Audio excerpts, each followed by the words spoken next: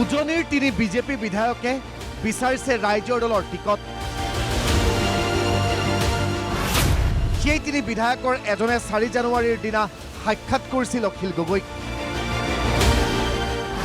তেওঁৰ সৈতে বহি থাকোঁতেই ভিডিঅ' কনফাৰেন্সত দিলীপ শইকীয়াই দিয়া নিৰ্দেশ শুনিছিল অখিল গগৈয়ে। এইবাৰ আন এক বিস্ফোৰণ ৰাইজৰ দলৰ সভাপতি তথা বিধায়কগৰাকীৰ। মই উজনি অসমত আছিলোঁ। মিটিঙৰ পাছত মিটিং, মিটিঙৰ পাছত মিটিং, মিটিঙৰ পাছত মিটিং মই কৰি গৈ আছোঁ। এটাৰ পাছত আনটো মিটিং কৰি গৈ আছোঁ। এতিয়া যিটো বিজেপিৰ অৱস্থা বেয়া, আমাৰ দললৈ ৰাইজৰ দললৈ বিজেপি দলৰ 3জন MLA আমাৰ দললৈ আহিবৰ কাৰণে তেওঁলোকে বিচাৰিছে। মোক কৈছে যে আপুনি যদি চিটটো দিয়ে তেতিয়াহ'লে আমি আপোনাৰ প্ৰতি যোগদান কৰিম। তেনেকুৱা এজন MLA মই উজনি অসমলৈ যাওঁতে মোক বিচাৰি আহিলে।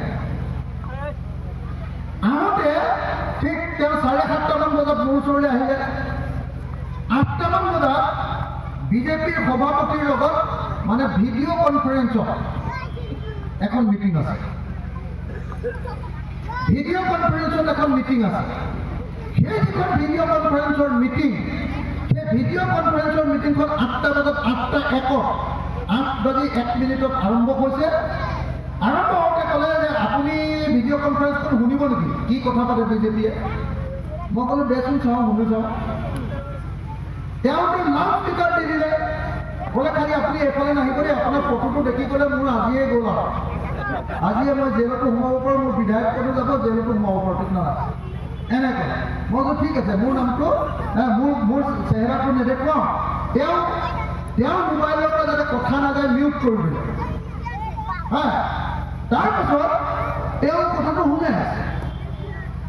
বিজেপিৰ সভাপতি দিলীপ শইকীয়াই MLA বিলাকক, মন্ত্ৰীবিলাকক যিবিলাক কথা কৈ আছে সেই কথাবিলাক মোক শুনাই দিয়ে।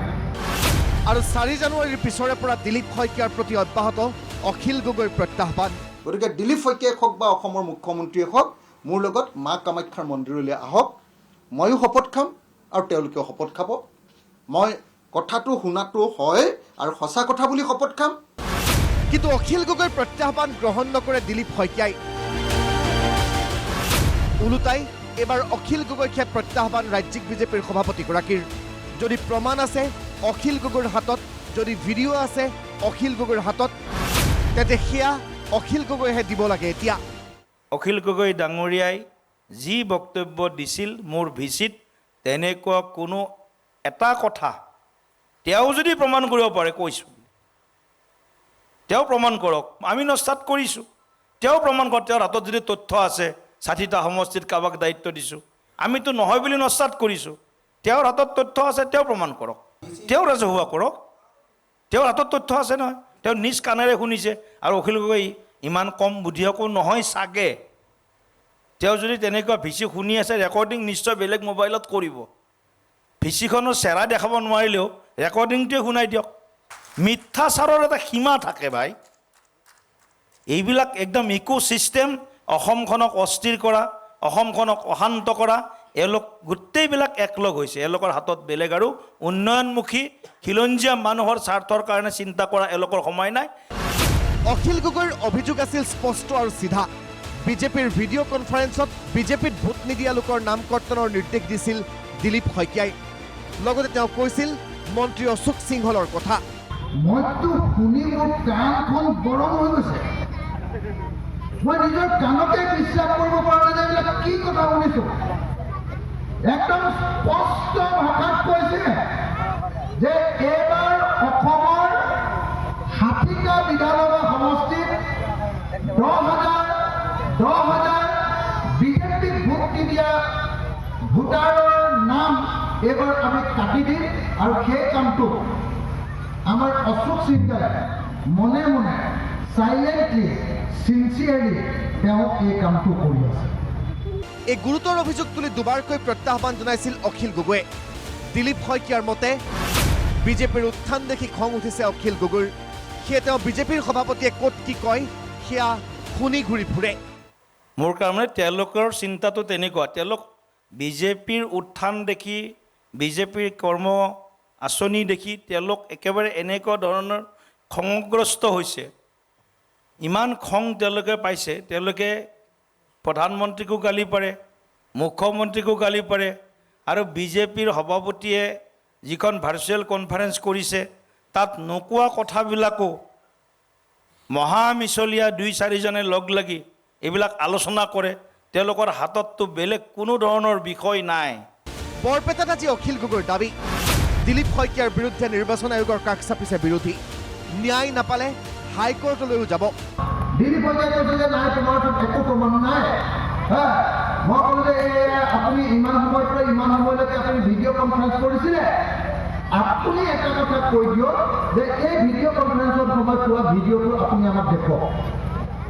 তেওঁ ক'লে যে নাই, ভিডিঅ'টো একো নকৰে, সেইটোক লৈ নামাতিলে। মই তেতিয়া ক'লো যদি তুমি ভিডিঅ'টো নেদেখুওৱা তেতিয়াহ'লে মই ইলেকশ্যন কমিশ্যন অলপ আগতে মই ইলেকশ্যন কমিশ্যন অফ ইণ্ডিয়া, ভাৰতবৰ্ষৰ ইলেকশ্যন কমিশ্যনৰ ওচৰত অলপ আগতে এখন চিঠি দিছোঁ, মেমৰেণ্ডাম দিছোঁ। অলপ আগতে ইলেকশ্যন কমিশ্যন অফ ইণ্ডিয়া এইখন আমাৰ দলৰ পৰা ইলেকশ্যন কমিশ্যন অফ ইণ্ডিয়া আৰু chief election officer of Assam, তেওঁলোক দুইজনকে মই এইখন চিঠি দি আহিছোঁ যে ইমিডিয়েটলি এই যিটো ভিডিঅ' এই ভিডিঅ'টো জব্দ কৰিব লাগে। লাগেনে নাই? মুছলমান মানুহ এটা যদি এনেকুৱা কিবা এটা ফচিলেহেঁতেন তেতিয়াহ'লে তাৰ ঘৰটো ইতিমধ্যে ভাঙি দিলেহিহেঁতেন নাই? আপোনালোকে কথাটো মই কি কৈছোঁ ধৰিব পাৰিছে নাই? এজন মুছলমানে যদি এই কামটো কৰিলেহেঁতেন যে 10,000 ভোটৰৰ নাম কাটিব খুজিছে, তেতিয়াহ'লে সেই মুছলমান মানুহটোক ধৰি তাক একদম ৰাজপথতে গুলিয়াই মাৰিলেহেঁতেন নাই? হিমন্তই মাৰিলেহেঁতেন নে নাই? গতিকে এতিয়া দিলীপ শইকীয়াক গ্ৰেপ্তাৰ কৰিব লাগে নে নালাগে?